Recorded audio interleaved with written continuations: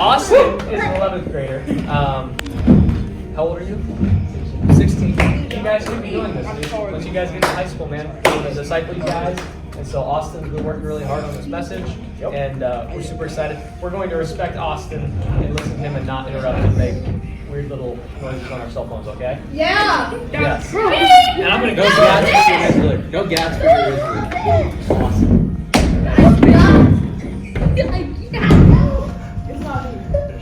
Alright, just to remind Austin, like I just said, we're gonna go over the story of Abraham and Isaac today. So if you got your Bibles flipped to Genesis 22, if you don't, that's fine. Just follow along on the screen. So, we're gonna start with Genesis 1, or Genesis 22, verse 1. Sometime later, God tested Abraham. He said to him, "Abraham, here I am," he replied. Then God said, "Take your son, your only son, whom you love," have kids, probably. I would hope so. Yeah? But so like to put this into your perspective, imagine you've been praying for this amazing relationship, right? And you finally get it, right? Everything's going perfect. You got the cute Instagram pictures, you got the good morning, good night text, right? It's perfect. But then God is asking you to break it off, right? So it's kind of crushing, right? So that's kind of like how Abraham feels, but probably like 10 times worse, right? He's praying for this kid for decades, right? And he finally gets it, and just as fast as he gets it, it's being asked to take away, right? It's probably a little strange request for God, right?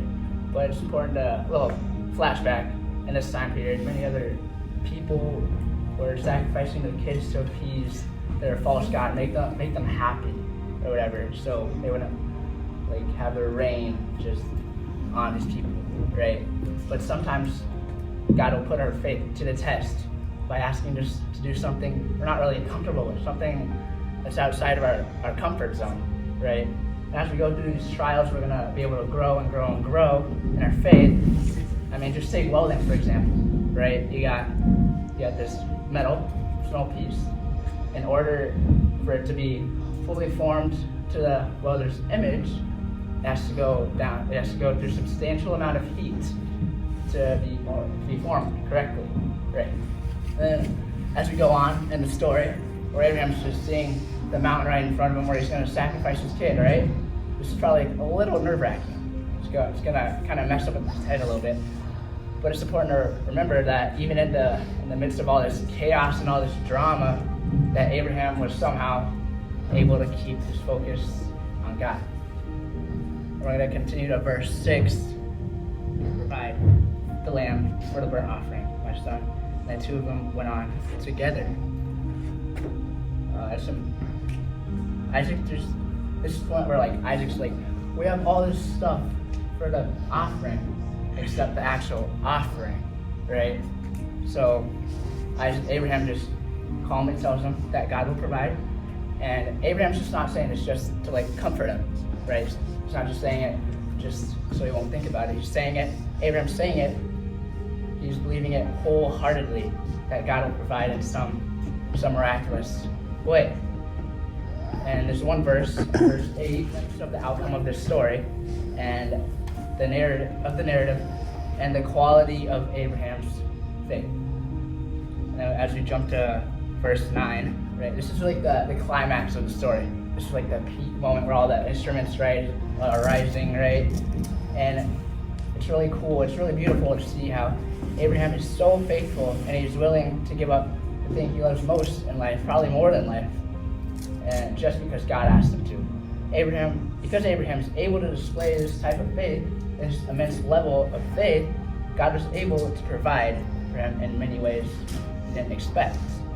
We're going to see that in Genesis 22, verse 13. Abraham looked up, and there in the thicket he saw a ram caught by its horns. He went over and took the ram and sacrificed him as a burnt offering instead of his son. So Abraham called the place, "The Lord will provide," and to this day it is said, on the mountain of the Lord will be provided. And then notice how it says that, and to this day on the mountain of the Lord will be provided. And just Genesis was written thousands of years ago. I mean, you guys might have friends that are saying, well, how does this book that was written thousands of years ago apply to my life today? Or like, because that was translated so many times, it might be inaccurate in some areas. But just because Genesis was written thousands of years ago, it doesn't change the fact that our God is still very much providing and moving throughout our lives. And then as you finish that story up, one thing that's certain in life is we're all gonna mess up. We're all gonna make mistakes, no matter how good you think the person is. Even up here, I've made a lot of mistakes in my life. Taman's made a lot of mistakes in his life, right? But God doesn't ask us to be perfect. He doesn't say people who are perfect are going to go to heaven. He doesn't say people who are imperfect are going to go to hell. He doesn't say that throughout the whole Bible. He just asks us to have faith and to believe in him through the hard times and the good. And it says in Hebrews 11, verse 5, and without faith it is impossible to please God, because anyone who comes to him must believe that he exists, and that he rewards those who earnestly seek him. Right? So even if we're going through these hard times, these like ups and downs, like our life's a roller coaster, we always have to maintain that particular thing in order for him to have your undivided attention. Right? So one thing I want to ask you guys, and I want you guys to ponder throughout this next week, is what do you need to let go of, students? What do you need to let go of in order to make room for God? Yeah.